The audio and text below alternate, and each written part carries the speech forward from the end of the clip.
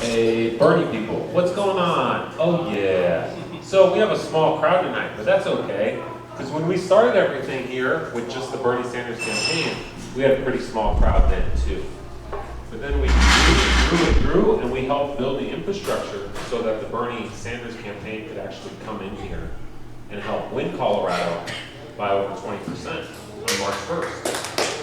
And we have to give most of that credit for that victory on March 1st to the grassroots campaign that took place months before the official campaign took the time and the energy to start spending money in specific states.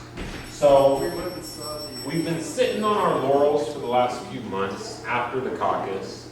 We haven't been hosting these meetings as often because before the caucus we were doing them every single week, as some of you guys know.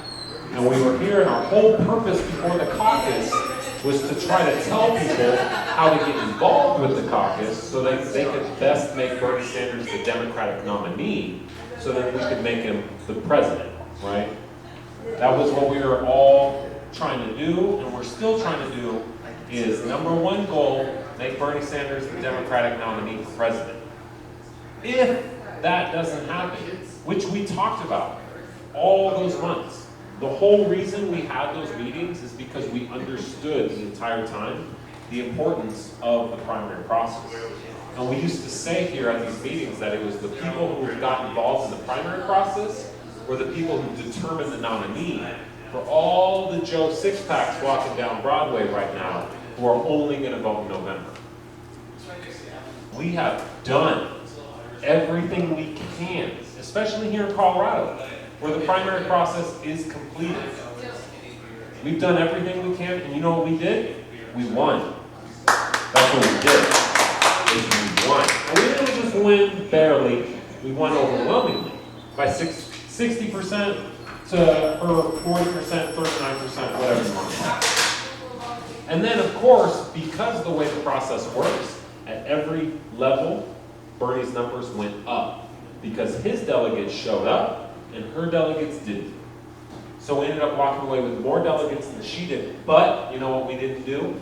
We didn't hit our magic number. For an entire 9 months, we told people our magic number is 86%. Because the rules in the Democratic Party, all the delegates are assigned proportionally, but if your candidate fails to get 15% of the vote, they don't get any delegates. So what we were trying to tell people was, make sure on caucus night, Bernie Sanders gets 86% of the vote in Colorado. That way Hillary isn't even a threat. That way Hillary can use all 12 of her superdelegates and it won't matter here in Colorado. But we weren't able to hit that magic number. We were only able to get 60%. And because of the rules of the Democratic Party delegation selection process, which are fairer than the Republican rules, but because of the superdelegates is not a completely fair process, and we knew that the whole time, and that's why we were organizing early and so hard. What the superdelegates do is they essentially silence the voice of hundreds of thousands of activists and voters from across the state of Colorado. And so right now, there's this big push to try to get superdelegates, especially from states where Bernie Sanders won overwhelmingly, Colorado, Minnesota, Washington, where he currently has 0 superdelegates pledged to him, even though in those states he won by like 60, 65%, and like 73%, respectively, I want to say. 0 superdelegates. And what that does, that actually has effect. Here in Colorado, if you take out the superdelegates, the percentage of Bernie's delegation going to the national convention is 62% of the state's delegation. It matches the vote. It matches the democratic process of people actually coming out and voting for candidates. But then when you insert the superdelegate votes, Bernie's proportion of the delegation drops to 52%. That's not just something for us to be like, oh, those are the rules. That's the way it is. We have to call it what it is. And that's a corrupt process. Okay? They're literally silencing hundreds of thousands of voters who they're depending on voting for their down ticket candidate this year. Candidates, I should say. Not just one. They have many, right? So we're here, we're doing this thing, Bernir or bust, because what we want to do is we want to be prepared for the day after the DNC. Because right now, the writing's on the wall that, hey, it's anyone's game. Kind of. Sort of. When we add in the superdelegates, we all know what's going to happen. What's going to happen? Hillary wins. Hillary wins. And that's why the superdelegates' message now, if you listen to what Michael Bennett's staff is saying, if you listen to what Diana DeGette's staff is saying, and what they're saying themselves personally, is that they're going to go to the convention and vote for the person who has the most delegates, which currently is who? Hillary. They're saying they agree with all of us in this room. They don't think the superdelegates should determine the nominee. So why, as Bernie Sanders supporters, do we want to put an affront to democracy and demand that they change their votes and change who the nominee is? Because that's what we're asking them to do. That's the logic that they're playing with you. When you confront them and you ask them to change their votes, they're going to tell you, I agree with you, Robert, all day long. The superdelegate should be the determinant of the nominee. But right now, Hillary Clinton has the most delegates, and so I'm going to go in there and vote for the person who has the most delegates. Aren't you for democracy? I thought you were for democracy. How dare you ask me to change my vote for Bernie Sanders, even though 60% of the constituents that I represent, if I'm Michael Bennett, for example, said that they would rather see Bernie Sanders as the nominee than Hillary Clinton. They're playing a game with words and with logic, and it's really easy for them to do it and then back away from the table and say, look, we're for democracy just like you guys are. How dare you ask us to change our votes? But Bernie Sanders held a press conference this last Sunday, and this was like the first time when he publicly came out and he said, I think I'm entitled to all the superdelegates from states where I won overwhelmingly, specifically Washington, Minnesota, and Colorado were the 3 states that he called out this press conference. You guys might not know that, because you know how many news agencies covered that press conference? Yeah, not that many. I read an ABC News article about it, so we can say at least one covered the press conference.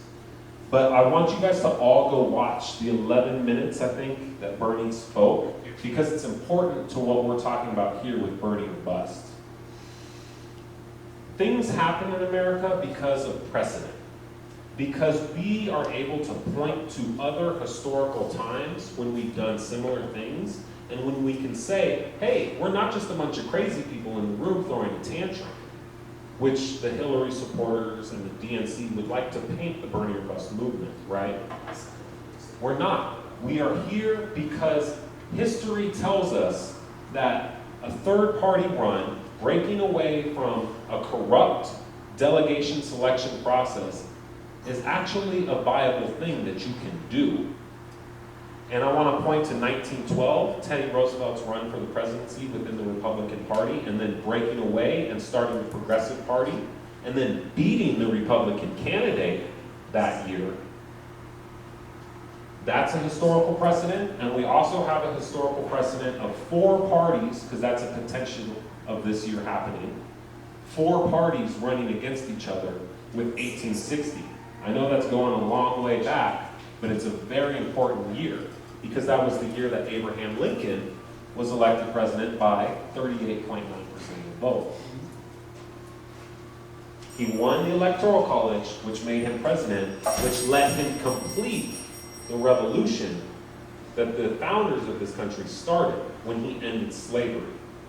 Okay, so when Bernie calls for a political revolution, and we start talking about historical precedents of other cases of either third-party or maybe fourth-party runs, this is important, because we are not just taking Bernie's message of join the political revolution today We're not just taking that as a slogan, something to get people excited about. We actually believe in those words. We believe in the message that he's presenting. And so that's why we're here. And that's why we're going to stay here every single week and continue trying to organize, at least here in Denver and in Colorado, so that we can make Bernie Sanders the president with or without the help of the DNC. If Bernie Sanders wins the nomination and becomes the Democratic nominee, that's great. We're going to do everything to make Bernie Sanders the president within that confine. If Bernie Sanders cannot become the Democratic nominee, what we are advocating is that he continue running for president as a third party because of what's happening this year in terms of the disintegration of the Republican Party, the division that's being created within the Democratic Party. Again, we can point to historical precedents. Within the history of this country, parties have fallen apart and new ones have arisen. What's very significant about what we're going into right now is it's looking like both parties are falling apart. Whereas typically what you have in the history of this country is just one party falling apart and disintegrating, and then a new party forming. It's really weird when you see both of the major parties just crumbling before your eyes. And there's a reason for that. It's because the people who are elected as the officials to represent those parties have become completely unresponsive to the needs of the American people. Whether it's the Republicans or the Democrats. Because we live in Denver, where the Democrats dominate the city council and the mayor's office, and the mayor and the city council just criminalized homelessness. And they'll send you to jail if you try to cover yourself with a blanket. Okay? So that's what Democrats do when there's no Republican opposition to stop them. So we can't use the same argument that, oh, you know what? The only reason we gave you Obamacare and Dodd-Frank was because the Republicans stopped us. No, no, no. The Democrats had all the power in 2009. They had a mandate from the people when the Wall Street destroyed the world economy. And then the Democrats took over and just let the same thing continue on. Okay? So I actually think it would be much better if we got to see the real Bernie Sanders run for president. Because what I like to call the Bernie that we've been seeing for the last year, this is Bernie Sanders light. This is the Bernie Sanders that has to operate within the confines of the Democratic Party. What happens if you let Bernie Sanders run against the Republican Party and the Democratic Party? Because we know he's not actually running against the Democratic Party right now. As much as he likes to talk about how he's running against the establishment of the Democratic Party, which he's doing at a state-by-state level, he has to still operate within their confines, and he can't call their bullshit completely out. But you let those little handcuffs off of Bernie Sanders, and just imagine the campaign he would run. Millions upon millions of Americans don't vote every single year, especially in off-year elections, when they're most important to vote. Millions of Americans don't vote in presidential elections. And it's because those people know what's going on. They understand that the two parties aren't really opposing each other when it comes down to real policy that's going to affect their daily life. And because those people are mostly having to eke out an existence, they don't have time for politics. They don't have time for this bullshit reality TV show that we call politics. By actually offering them a choice of a Bernie Sanders third party run, we are going to do what we have proven Bernie Sanders is capable and his grassroots organizers are capable of doing. We just proved over this last year. We're capable of engaging those people and getting those people to register to vote and getting those people to participate and then vote.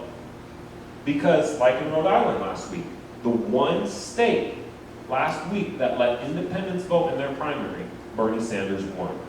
And it's so funny that we watch this primary process because All we talk about is how Bernie Sanders isn't a real Democrat, and only real Democrats should have a voice in this process. But the second they choose their nominee,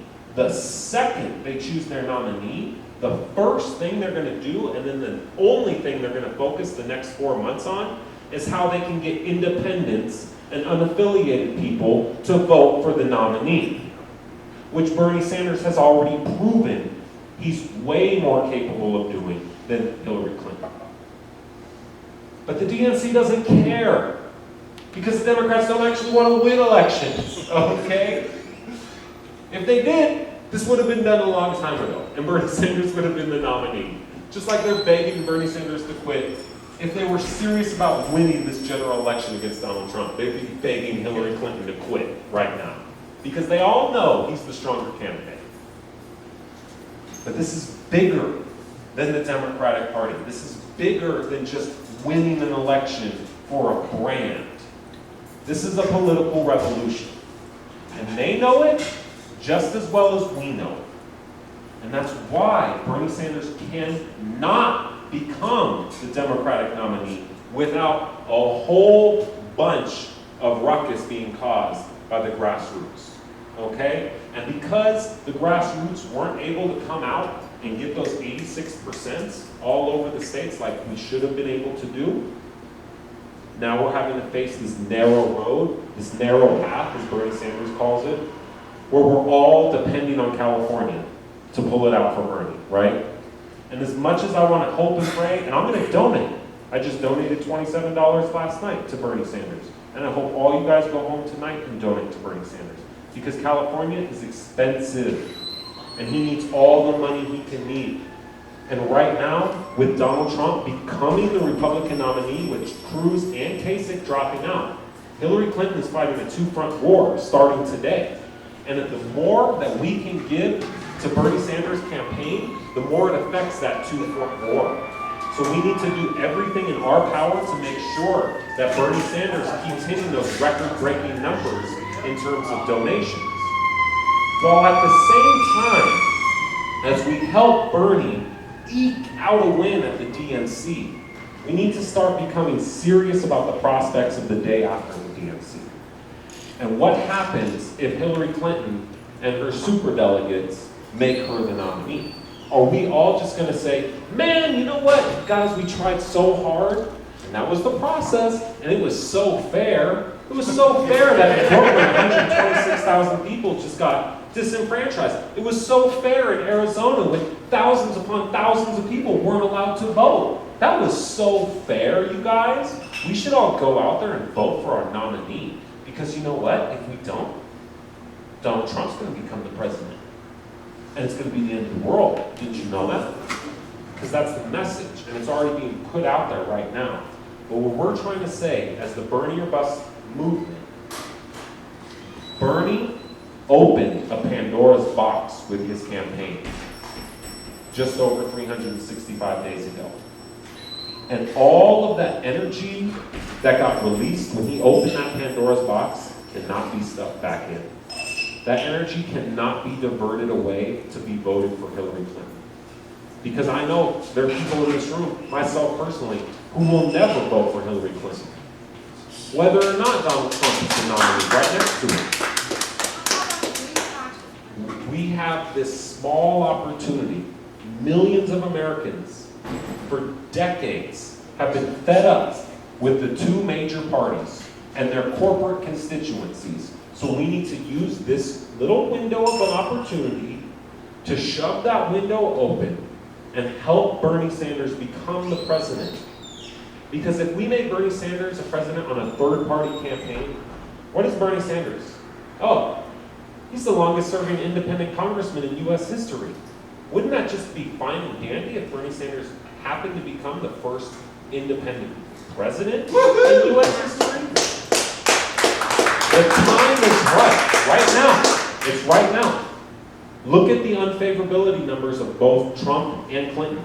Trump's are 57, Hillary Clinton's are 52. Both of them are more unfavorable than they are favorable to the voters of this country. And every year people are like, oh, I gotta vote for this guy or that guy because it's the lesser of two evils. if we actually offer them a choice, a decent, honest human being who happens to be a politician, which is actually one of the rarest species on the planet Earth, and we make him the president, we can join the rest of the world. Because this is a trend that's not just happening here in America. Let's look to our neighbors in the north. What just happened in Canada? Justin Trudeau, a strong, progressive, young candidate, became the leader of their country. Let's look what our former brothers in England, what did they just do? They elected a socialist. Guys, this is the trend on the world stage right now. So don't sit back and think that, oh, we worked our butts off. We did that. We didn't win. Let's go vote for Hillary Clinton. Because we can actually still make Bernie Sanders the president. Right now I want to talk about a couple of things. I had somebody send me a question, and I'm just going to read their question straight up. This revolves around both superdelegates, because right now the Bernie Sanders campaign is really pushing this idea that they should be entitled to the superdelegates from the states where they've won landslide victories. And so Bernie Sanders can't just go up and give press conferences on Sunday and then hope that the superdelegates change their vote for him. No, he needs the grassroots activists that won him those landslides to start showing up in those people's offices. Don't call them, because they don't care if you call them. Because they can just be like, oh, some crazy person called me. Don't write them a letter, because they don't care if you write them a letter, because they just throw it in the garbage and they say, some crazy person just wrote me a letter. You have to show up in their office. And then after you leave, someone else has to show up. And after they leave, someone else has to show up. And then after they leave, someone else has to show up. So that their entire day is taken up by Bernie Sanders supporters coming into their offices complaining about how their bosses won't listen to the will of their people. Yeah. Yes. I went to Bennett's office today and spent 45 minutes with his deputy chief of staff. Then I left and I went to Diana DeGette's office and spent about 20 minutes with the person running her office. That meeting's not going to have any effect if it's just me. Because they can just be like, that crazy guy brought his kid in here. What a fucking lunatic. But when you guys show up tomorrow, and then they walk out to escort you out of the office, and there's 3 more people sitting in the office to talk to them about the same thing, they actually might start listening to us. Right now, they don't care what we have to say. Right now, Diana DeGette is being primaried by a Bernie Sanders supporter, and they don't care. Right now, Michael Bennett's probably going to lose his seat to the Republican. And they're all depending on you guys to get him his seat back, because I need you guys to understand. We've already demonstrated the power of the Bernie Sanders movement here in Colorado, because we won in Colorado by 20%. But then when you look at local races and you look at what the Bernie Sanders movement can do when it coalesces around a local candidate and uses all of those votes around one person, we can actually sway elections, even with just 1 or 2% of the vote. That's how you sway an election, with 1 or 2% of the vote. And right now we're tiny, and that's all the amount of the vote that we have is 1 or 2%. But that's enough to sway an election. That's enough to send Michael Bennett to go work at some law firm, or go work for some bank next year, instead of in Washington, D.C. McDonald's. Representing us while he votes for Keystone XL. Representing us while he sits on the committee and votes for fast tracking TPP. These representatives like to tell you that, oh, my superdelegate status has nothing to do with the fact that I'm your representative. Wrong. Read the rules to the DNC selection process. You are only made a superdelegate if you are a sitting governor, a sitting House representative, a sitting senator representative, or a distinguished party leader. Most of them DNC people who have been voted on to the DNC, or other people like Governor Lamb or Ken Salazar, who are like dignitaries within the party. But when we talk about specific people like Diana DeGette, or Michael Bennett, or Jared Polis, or Ed Perlmutter, those people are only superdelegates because Their constituents elected them to the office that they sit in. So this is part of their responsibilities as an elected official. So when you go into their office and they try to tell you that they can't talk about this because this has to do with their re-election campaign, and you can't talk about re-election campaigns in the office of the House representative or in the Senate office, you tell them, no, no, no. I'm talking about your vote at the DNC. I'm not talking about getting you re-elected right now. We can go talk about that later.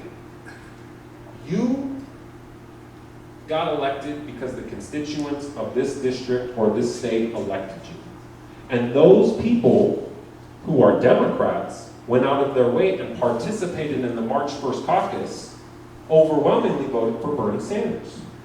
I had one guy from Diana Getz' office today tell me, do all those people represent all the Democratic voters of the state?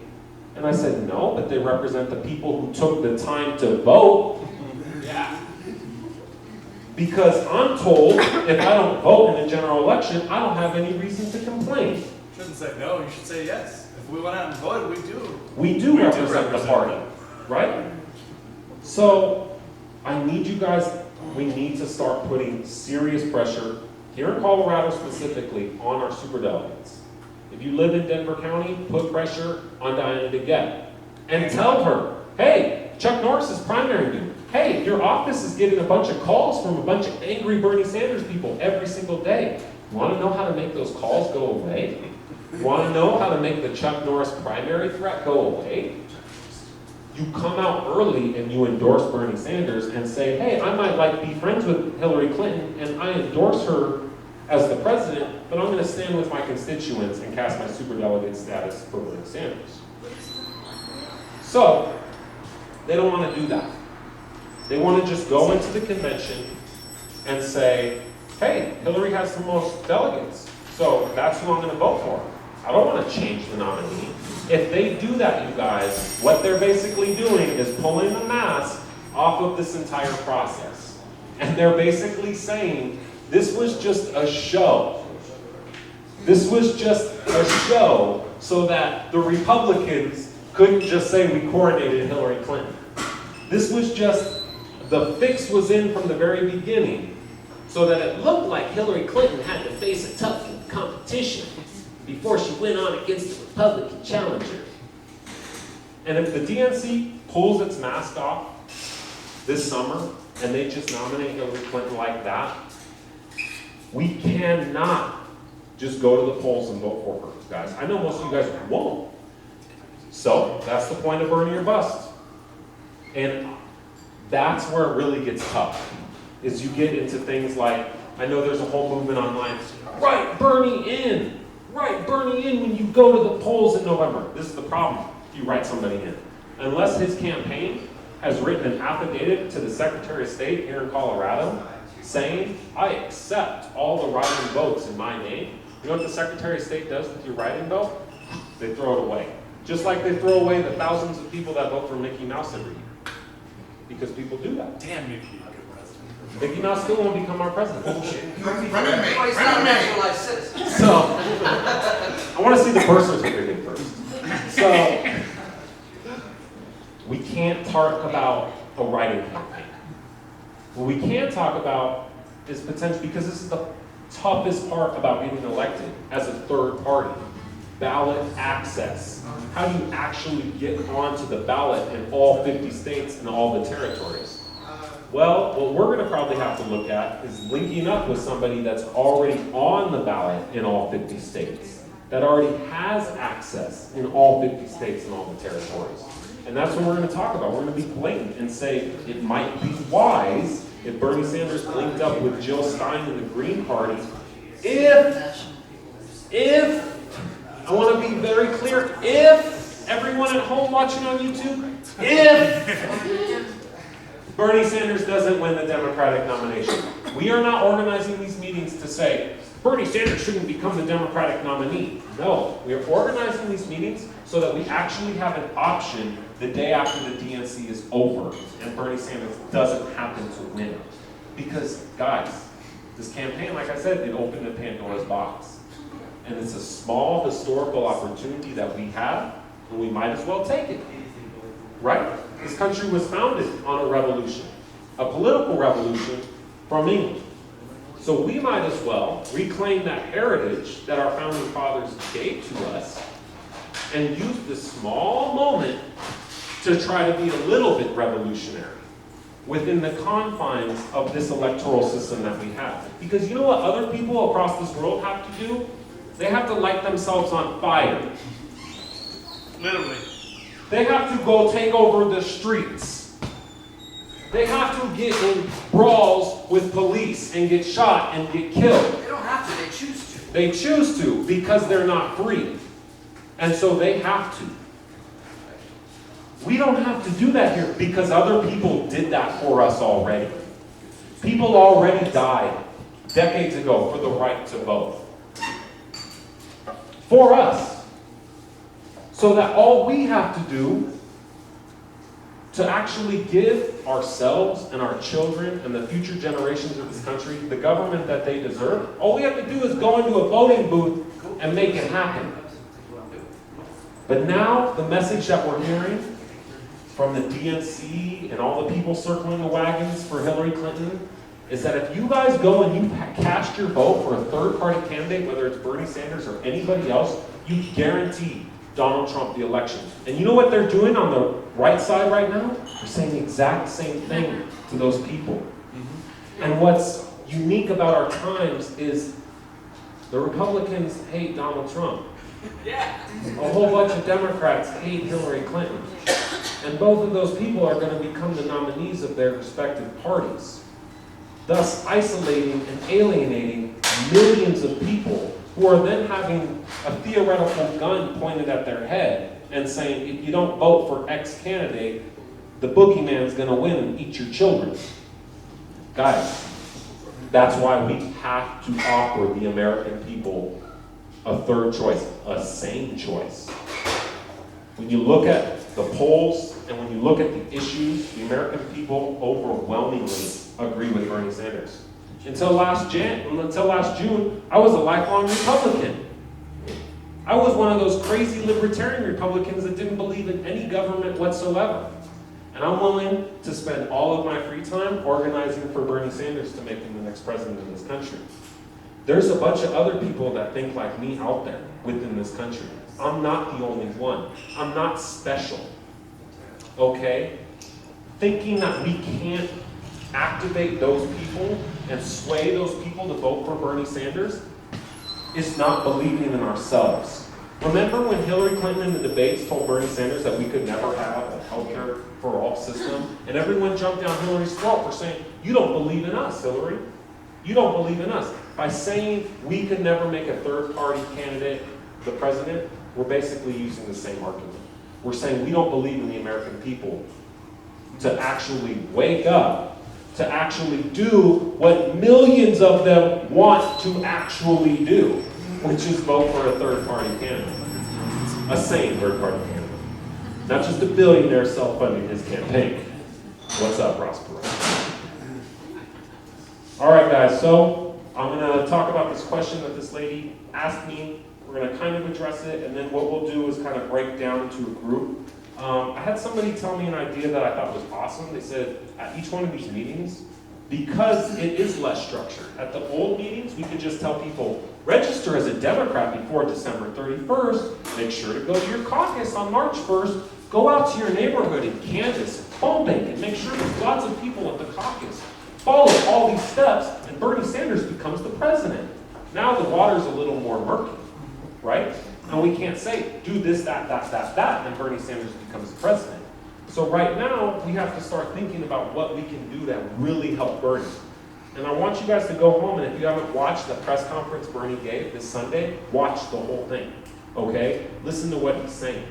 And he's asking you guys to get out there and start pressuring your elected representatives, those superdelegates, and saying they need to stand with you guys, the voters, the people who won this state for Bernie Sanders by an overwhelming margin. Because you need to break the number down real quick. When you take the superdelegates out, Bernie Sanders' delegation from Colorado going to the DNC is 62%. When you add the superdelegates in, 52%. Don't tell me that's not a corrupt process. Don't tell me that's a representative process. When those 12 people's votes literally quash, take a 20% lead and turn it into a 2% lead. That's not a fair process whatsoever. And for them to act like it is them just being kind of conniving. And they're your elected representatives. Michael Bennett's depending on you to go to the polls for him and give him his job back. So is Diana DeGette. So is Jared Polis. So is Ed Perlmutter. All those people want their jobs back. And they depend on you to do it. And as the Bernir Sanders movement, you will be the people to do it. I had somebody, they sent me a question, they said, Diana DeGette's got elected before without all of you people. Why does she need you now? Michael Bennett got elected before without all you people. Why does he need you now? Little does that person know that Michael Bennett's in the race of his life right now. The Republicans are salivating at taking his seat. They can't even choose which Republican's gonna take his seat. But they know one of them's gonna do it. Unless all you guys go out there and defend Michael Bennett's seat for him. And when he has a giant middle finger in your face at the DNC, do you think you're likely to do that for him? No way. So what I need you guys to do, and what Bernie needs you to do, is go to his office and tell him that. Everyone. Like I said, so once you leave, there's someone else there. Once you leave, there's another person there. Once that person leaves, there's another person there. So they can't do anything except deal with Bernie Sanders supporters who want to talk about superdelegates. Direct action gets the goods, you guys. There's a reason the old adage is fill the jails. Because once you fill the jails, they're like, oh, we can't put any of these crazy lunatics anywhere.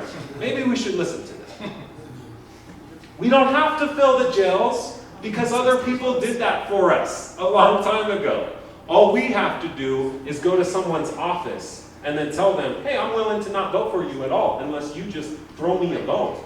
All you gotta do is throw me a bone. It doesn't even cost them anything. Hillary Clinton can still become the nominee if all of the superdelegates from Colorado cast their votes for Bernie Sanders. So this is literally costing them nothing except their jobs. So ask them. Look their staffers right in the eye, because the guy from Diana DeGette's office said it to me. He was startled when he finally, it clicked in his head today. And he said, let me get this straight. You people are threatening that you won't vote for us or the Democratic nominee if we just don't do what you're asking us to do at the DNC? Damn straight. Is that democracy? Hell yeah. That is You want to the live in a democracy. threatening democracy? It's not a threatening democracy. It's You're a representing. threatening to not vote. No, we're threatening to vote for people we want to vote for. We're threatening to not vote for this neoconservative woman who ended up voting for the Iraq War and whose husband decimated welfare during the 1990s and helped increase the prison population.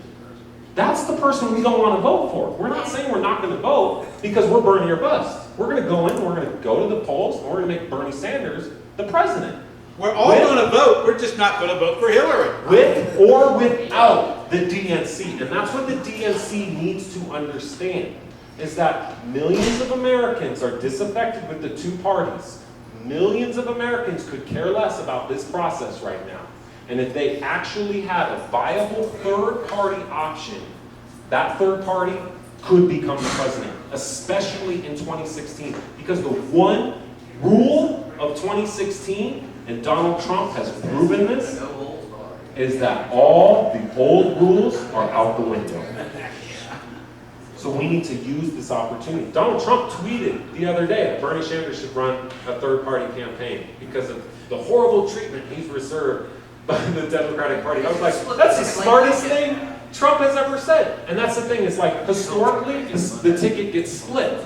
If Bernie runs a third-party campaign, it automatically makes Trump the nominee. But that's what we're saying, is there's millions of Republicans that refuse to vote for Trump. Look at their hashtags, never Trump. When the Colorado Republican Party gave the entire state's delegation to Ted Cruz, the state party tweeted, never Trump. The state party tweeted, never Trump.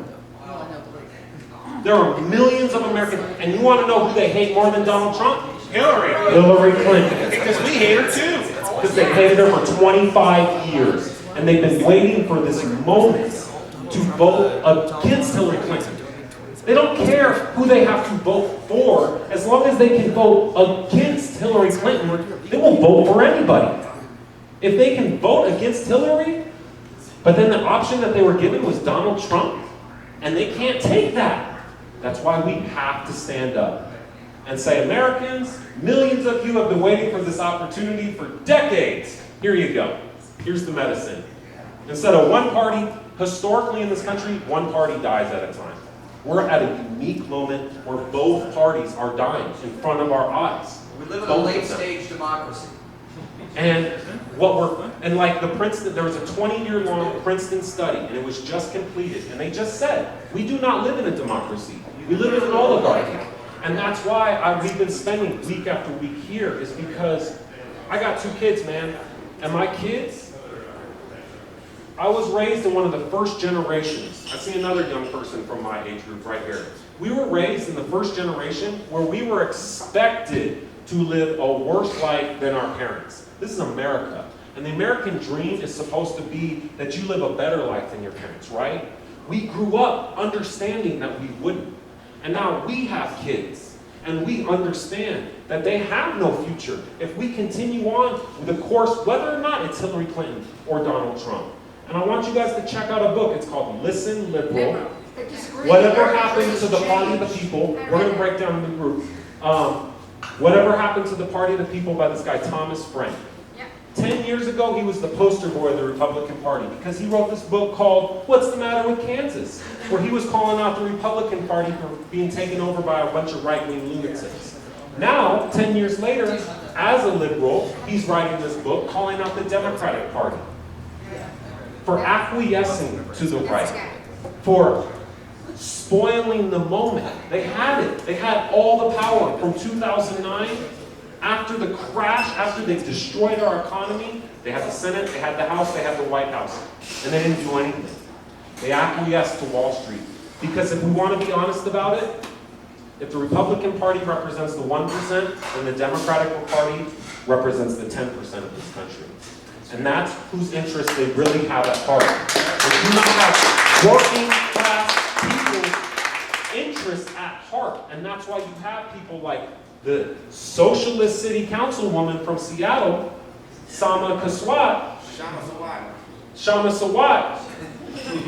who helped start what she's calling the movement for Bernie, where she's petitioning Bernie Sanders to use this rare moment to run as a third-party candidate, to help break the stranglehold that these 2 corporate parties have over the American electorate. If we happen to win the DNC, that's great. Let's read the writing on the walls and be honest with one another, guys. It's not going to happen. As much ruckus as we caused in Philadelphia, it's not going to happen. So let's be honest and let's think about what Bernie can potentially do. We want to be serious about a political revolution? Man, I can't think of anything more revolutionary than putting the middle finger to both the Democratic and the Republican Party in the same year and making the first independent congressman the president, right? So we're going to break down, I think right now, our biggest strategy that we should focus on is what we can do to affect the DNC race, and that's our superdelegates. So guys, please, whatever congressional district you live in, go to your representative. If they're a Democrat, go to their office, and don't just talk to the secretary. Ask to actually talk to somebody that's an actual aide or a staff member or helps run one of the departments. You guys, and then show up in a few days and keep showing up. And show up enough to where they know your name and they know your face and they're giving you their contact information. And they're saying, you know what? Don't call the office. Just call me. You got an issue? Just call me. Because this right here, what we're doing with the superdelegates is a dress rehearsal for what we're all going to have to do if Bernie Sanders becomes the president. Because Bernie Sanders wants to give free college tuition in every state university. Bernie Sanders wants to give every one of us a Medicare system for all. And those corporate Democrats like Michael Bennet, most likely are going to need to have their arms twisted to go ahead and vote with Bernie Sanders' agenda. So if you think that if we're just going to make Bernie Sanders the president and help the Democrats win back the Senate, and then we're going to get all these amazing things that Bernie Sanders is campaigning on right now, no, that's not what's going to happen. We have a fight, not only within the Democratic Party to win the nomination, we're going to have to fight the Democratic Party to actually vote for these amazing things that Bernie Sanders wants to accomplish. So you're going to have to start going to your representative's office anyways. And you're going to start having to hassling them anyways. And they're going to have to know your name anyways. So they might as well know your name now. Okay? And they might as well know that you are going to be the person that puts them back in their seat or not. And that's the most important thing. These people don't respond to phone calls. They don't respond to letters. They'll respond to a constituent looking them right in the eyes and telling them, I am willing to not vote for you if you do not support me. That's when they actually get nervous, because that's all they care about, is keeping their job. Just like you and I. We all want to keep our jobs, right? That's how we survive. He said, I like my job, man. all right, so let's break down into a group and we can have more like a group discussion where people can just insert their ideas. Let's bring, this guy's a Hillary guy. I asked him when he came in, I was like, you here for the Bernie meeting? He's like, dude, I'm more of a Hillary guy. I didn't know you were having a Bernie meeting. You want to come in and sit with us, dude? You're totally, we're not gonna burn you at the stake, I swear to God. Oh, come on. Welcome, feel You're taking the fun out of everything. Unless you're in. I have a question. Yo, what's up, Diane? My question is, okay, I'm not gonna vote for Diana again, even if she changes her vote. You know, so. That's okay, you don't have to tell her that. Oh, okay, I mean, I sometimes like, I sometimes like, oh. Or you can just tell her straight up, hey, I'm not gonna vote for you even if you do vote for Bernie Sanders. Because I have to come here and do this with you. Because you just don't understand that your constituents want one thing. And this is what I talked to the delegates staff today about. A few months ago, we talked to Diana DeGette at a public event that she held at CCD, and we talked to her about her superdelegate status.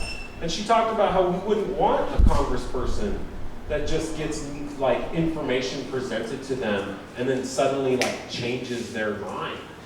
We wouldn't want that. Well, you know what I actually don't want from my representative, whether it's in Congress or the city council or the mayor's office or the governor? I don't want a politician that makes up their mind a year and a half ago, which is what these people did.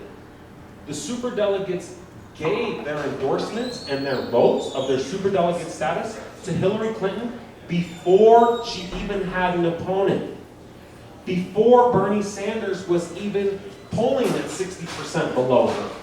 They had already declared that they would go to Philadelphia and vote for her. New information has been presented to them. The reality on the ground has completely shifted.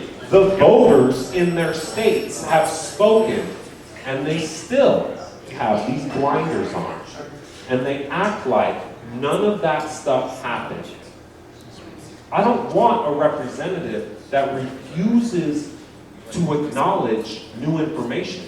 As much as the Democratic Party likes to call out the Republicans for not acknowledging that climate change is a real thing, that's what the superdelegates are doing when they say, I'm only going to vote for Hillary Clinton. They literally have these blinders on, and they're just not listening to the American people, even though the American people are coming out in their states overwhelmingly for Bernie Sanders. And I know, yeah, when we look at the map, Hillary Clinton actually has more pledged delegates. Yeah, you want to know why? Because Hillary Clinton won what I like to call the old Confederacy.